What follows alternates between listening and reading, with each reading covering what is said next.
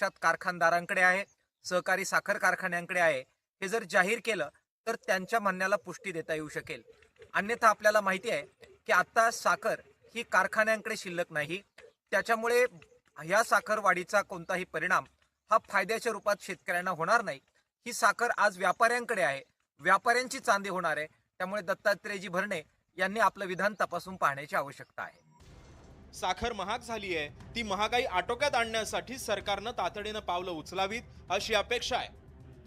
ते करण्याऐवजी कृषी मंत्री शेतकऱ्यांना साखर महागाईचे लाभार्थी बनवण्याचा प्रयत्न तर करत नाहीत ना, अशी शंका सध्या उपस्थित केली जाते. संतोष कुलकर्णींसह ब्युरो रिपोर्ट, जय महाराष्ट्र, पंढरपूर.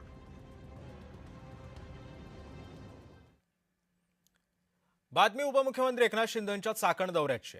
उपमुख्यमंत्री एकनाथ शिंदेंकडून चाकणमध्ये चाकण एमआयडीसी मधील रस्त्यांची पाहणी करण्यात आली. रस्त्यांची दुरावस्था, वाहतूक कोंडीचा त्यांनी आढावा सुद्धा घेतलाय. चाकण तळेगाव परिसरातील विकास कामांची सुद्धा पाहणी करण्यात आली. कंपन्यांच्या स्थलांतराच्या चर्चेच्या पार्श्वभूमीवर हा दौरा अतिशय महत्त्वाचा मानला जातोय. एकनाथ शिंदेंकडून समस्यांचा प्रत्यक्ष आढावा हा घेण्यात आलेला होता. सोबतच काही अधिकाऱ्यांशी सुद्धा संवाद एकनाथ शिंदेंनी साधलेला आहे. उपमुख्यमंत्री एकनाथ शिंदेंकडून चाकणमधील एमआयडीसीची पाहणी करण्यात आली. या सगळ्या रस्त्यांची सुद्धा डागडुजी कितपत करण्यात येते याचाही आढावा एकनाथ शिंदेंनी घेतला आहे.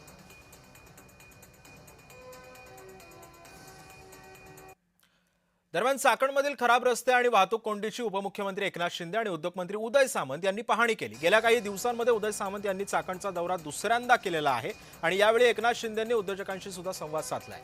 उद्योजकांच्या अडचणी समजावून घेताना लवकरात लवकर समस्यांचं निराकरण करण्याचं आश्वासनही त्यांनी दिलेलं आहे.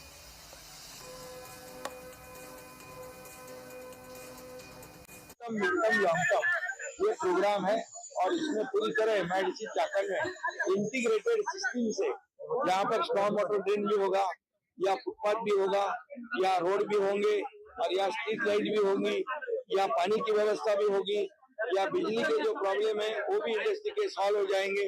ये सब पूरी तरह जो प्रॉब्लम है वो सब गवर्नमेंट की तरफ से, एमआईडीसी की तरफ से और हमारे जिला प्रशासन की ओर से यहाँ हो जाए.